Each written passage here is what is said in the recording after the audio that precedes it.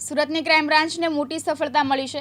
Metro ટ્રેનના પ્રોજેક્ટમાં ગાડી ભાડે લઈને કૌભાંડ કરવામાં આવ્યું હતું। સુરત સાથે સૌરાષ્ટ્ર આ પ્રોજેક્ટમાં મોટું ભાડું આપવાનું કહીને કૌભાંડ કરવામાં આવ્યું હતું।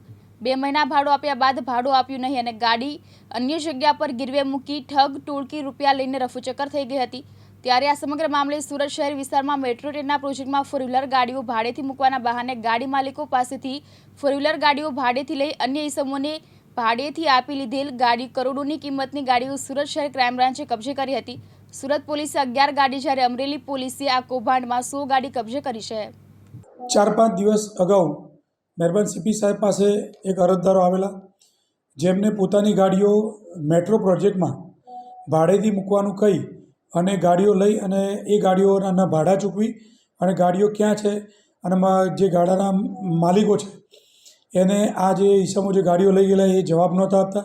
એવી એક રજૂઆતના આધારે અમે આ દિશામાં કામ કરવાનું ચાલુ કરતાં એવી ખબર પડી કે મેટ્રો રેલના પ્રોજેક્ટમાં ગાડીઓ ભાડે મૂકવાની છે એવું કંઈ ચીટિંગ કરી અને અલગ અલગ જગ્યાએ ગાડીઓ મોકલી આપી અને જે માલિકો છે એમને જવાબ નહોતા આપતા।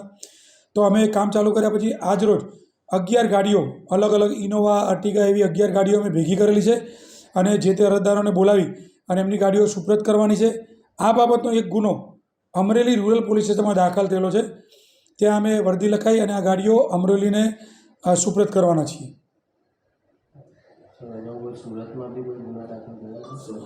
સુરતમાં અગાઉ ગુનાઓ દાખલ થયેલા છે આ પ્રકારના અને એના અમે અત્યારે પણ તપાસ કરી રહ્યા છીએ કે હજુ પણ બીજી ગાડીઓ જો આ રીતે કોઈ લઈ ગયું હશે તો એ અમે કબજે કરી અને ગુનો દાખલ કરવાનો થશે તો ગુનો પણ દાખલ